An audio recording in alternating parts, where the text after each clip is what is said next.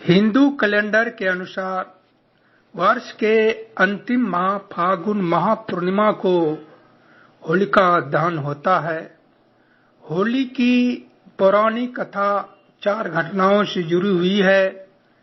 पहली होलिका और भक्त प्रहलाद, दूसरी कामदेव और शिव, तीसरी राजा पृथु और राक्षसी ढूंढी और चौथी श्री कृष्ण और पूतना। लेकिन उस सभी में होलिका और भक्त प्रहलाद की कथा को ही मान्यता है, क्योंकि इसी की घटना की याद में होलिका दहन करके दूसरे दिन भक्त प्रहलाद के बचने की खुशी में धुलंडी का त्योहार मनाया जाता है। आइए जानते हैं होली की पौराणिक और प्रमाणिक कथा। ऋषि कश्यप और दिति के 2 बलशाली पुत्र हिरण्याक्ष और हिरण्यकशिपु थे, और 2 पुत्रियां सिंहिका और होलिका थी। हिरण्याक्ष धरती को जल में डुबो दिया था, तो भगवान विष्णु ने वराह अवतार लेकर हिरण्याक्ष का वध किया था। सिंहिका को हनुमान जी ने लंका जाते वक्त रास्ते में मार दिया था। अब बचे हिरण्यकशिपु और होलिका। इन्हीं की ही यह कथा है। एक बार की बात है, त्रैलोक्य पर विजय प्राप्ति के लिए हिरण्यकशिपु ब्रह्मा की तपस्या में लीन था। असुर राज हिरण्यकशिपु की तपस्या से प्रसन्न होकर ब्रह्मा जी ने उसे वर मांगने को कहा, तो उसने कहा कि अमरता का वरदान चाहिए। ब्रह्मा जी ने कहा कि यह संभव नहीं, कुछ और मांगो। तो उसने कहा कि आपके बनाए किसी प्राणी, मनुष्य, पशु, देवता, दैत्य, नागादि किसी से मेरी मृत्यु न हो। मैं समस्त प्राणियों पर राज्य करूं। मुझे कोई न दिन में मार सके न रात में, न घर के अंदर मार सके न बाहर। यह भी कोई न किसी अस्त्र के प्रहार से और न किसी शस्त्र के प्रहार मार सके, न भूमि पर, न आकाश में, न पाताल में, न स्वर्ग में। ब्रह्मा जी तथास्तु कहकर उसे वर प्रदान करके अंतर्धान हो गए। हिरण्यकशिपु जब तपस्या में लीन था, तब उसी दौरान देवों ने असुरों पर आक्रमण कर उन्हें परास्त कर दिया था, और देवराज इंद्र हिरण्यकशिपु की गर्भिणी पत्नी कयाधु को बंदी बनाकर ले गए थे। परंतु बीच रास्ते में ही उनकी मुलाकात देव ऋषि नारद से हुई। नारद जी ने इंद्र को उपदेश दिया कि आप ये पाप कर रहे हैं। उपदेश सुनकर इंद्र हिरण्यकशिपु की पत्नी कयाधु को महर्षि के आश्रम में छोड़कर स्वयं देवलोक चले गए। गर्भवती कयाधु को नारद ने विष्णु भक्ति और भागवत तत्व से अवगत कराया। यह ज्ञान गर्भ में पल रहे पुत्र प्रहलाद ने भी प्राप्त किया। इधर कश्यप जब लौटा, तो इस वरदान ने उसके भीतर अजर अमर होने का भाव उत्पन्न हो गया। इसके चलते उसने धरती पर अत्याचार शुरू कर दिया था। उसने देवों को अपना दास बनाया, ऋषि मुनियों व भगवत भक्तों को तंग करने लगा, यज्ञों को नष्ट भ्रष्ट करने लगा। उसने आदेश दिया कि उसके राज्य में किसी भी देवता की पूजा नहीं होगी।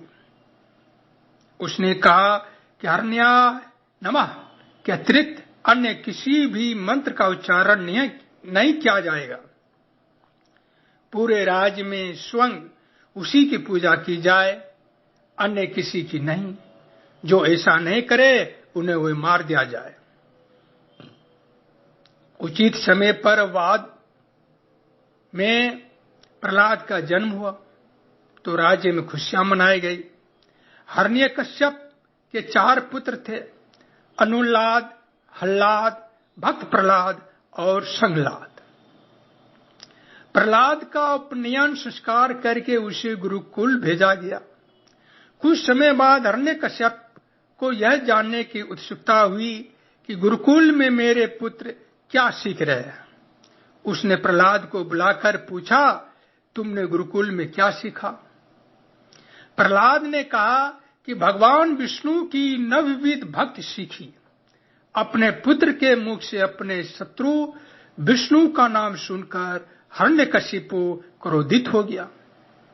कई बार समझाने पर भी प्रहलाद ने विष्णु की पूजा पाठ बंद नहीं की तो इससे क्रोधित होकर हिरण्यकशिपु ने अपने गुरु को बुलाकर कहा कि ऐसा कुछ करो कि यह विष्णु का नाम रटना बंद कर दे। गुरु ने बहुत कोशिश की किंतु वे असफल रहे। तब असुर राज ने अपने पुत्र की हत्या का आदेश दे दिया। सैनिकों द्वारा उसे विष दिया गया, उस पर तलवार से प्रहार किया गया, विषधरों के सामने छोड़ा गया, हाथियों के पैरों तले कुचलवाना चाहा, पर्वत से नीचे फेंकवाया, लेकिन श्री हरि विष्णु की कृपा से प्रहलाद का बाल भी बांका नहीं हुआ। उल्लेखनीय है कि फागुन शुक्ल सप्तमी को प्रहलाद को बंदी बनाकर पूरे 8 दिन तक त्रास दिया गया। हर तरह से मारने का प्रयास किया। हिरण्यकशिपु को चिंता होने लगी कि यह नहीं मरा तो लोग विष्णु की ही भक्ति करने लगेंगे। उसकी चिंता को देखकर उसकी बहन होलिका ने कहा कि आप चिंता न करें भैया, मुझे ब्रह्मा से वरदान प्राप्त है कि मैं किसी भी प्रकार से अग्नि में जलकर नहीं मर सकती हूँ। अग्नि में तो सभी भस्म हो ही जाते हैं। तब हिरण्यकशिपु ने अपनी बहन होलिका से कहा कि तुम प्रहलाद को अपनी गोद में लेकर अग्नि में बैठ जाओ, जिससे वह जलकर भस्म हो जाएगा। होलिका को वरदान था कि उसे अग्नि तब तक कभी हानि नहीं पहुंचाएगी जब तक कि वह किसी सद्वृत्ति वाले मानव का अहित करने की न सोचे। होलिका यह बात भूल गई थी।